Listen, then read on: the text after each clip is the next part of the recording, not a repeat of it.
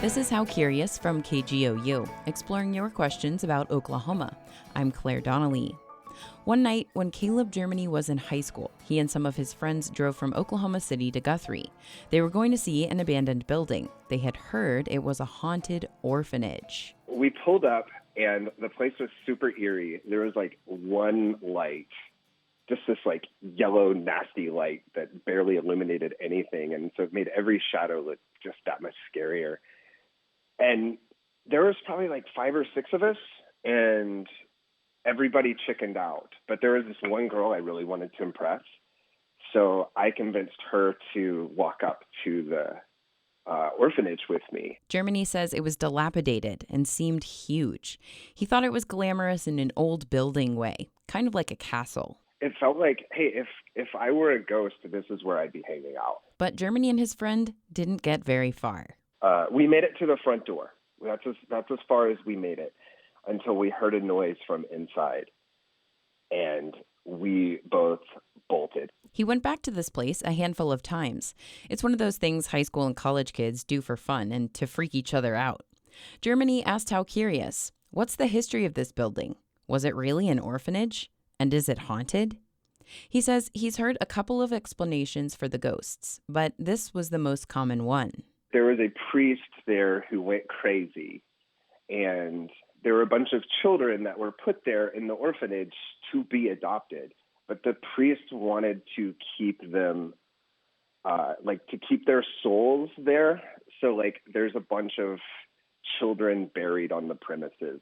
Jeff Provine has written a handful of books on the supernatural in Oklahoma. He says Guthrie is one of the state's most haunted cities. Provine has heard a different story about the orphanage. So the legend goes that the headmistress at the orphanage was so cruel that after killing one of the children due to corporal punishment, she just buried him in the basement, and one of the staff couldn't take it anymore. And so she went up to the bell tower and hanged herself. He says in another story, the groundskeeper commits suicide in the bell tower. They say that at midnight, if you're up in the tower and wait and watch, you can see this shadowy figure fall down and hang by the neck. The former orphanage is now an event center and hotel called Dominion House. Question asker Caleb Germany and I went to visit. The Masons. This is a dormitory building. And there used to be another dormitory building identical to it that sat right here, and it came back here to the north. Trey Ayers gave us a tour of the property. His company bought it in 2000 and has been renovating it. Started working on the project. Thank you. Ayers says it used to be the Masonic Children's Home and was built by the Freemasons organization in the early 1920s.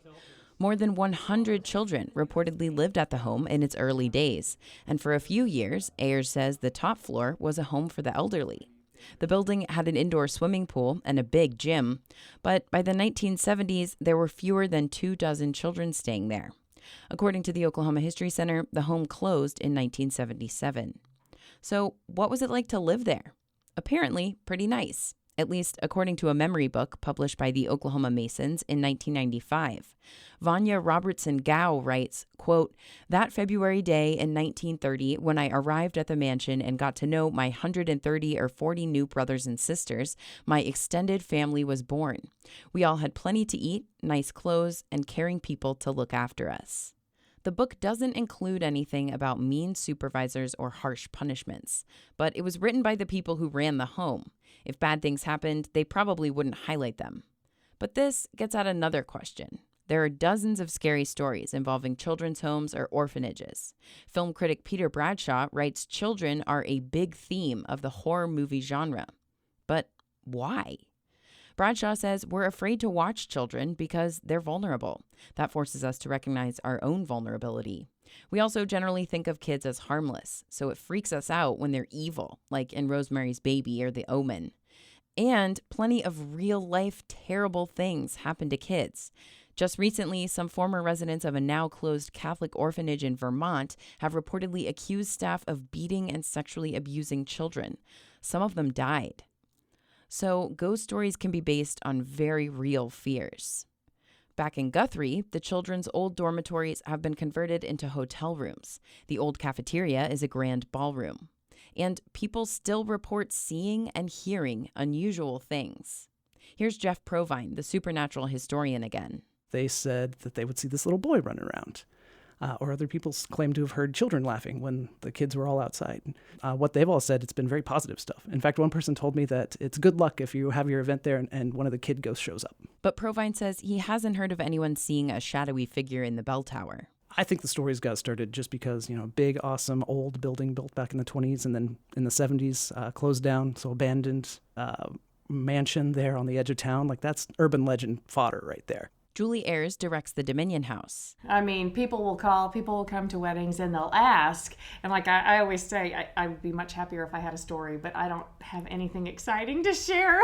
Yeah, that's the, but people, they'll if they think that that's what it is, then that's what they think. She says they've spent many late nights in the building and haven't experienced a single thing. No, we had a lady one time make a comment, because I read it online somewhere, that the bathroom, because she came to a wedding, the bathroom was unseasonably cold, and she felt like that could be it. What she doesn't know is I have an air conditioner that just solely feeds that bathroom. So, yes, it can get super cold because it's on that side of the building, and I want to make sure that it can stay cold. Caleb Germany, who originally asked How Curious about the building, says it was cool for him to see it in the daylight, but it was hard to shake his memories. When I pulled up, it definitely brought back the heebie-jeebies, So everything came rushing back. You know how you kind of second guess your memory? Well, I was like, nope, this definitely happened. I was here.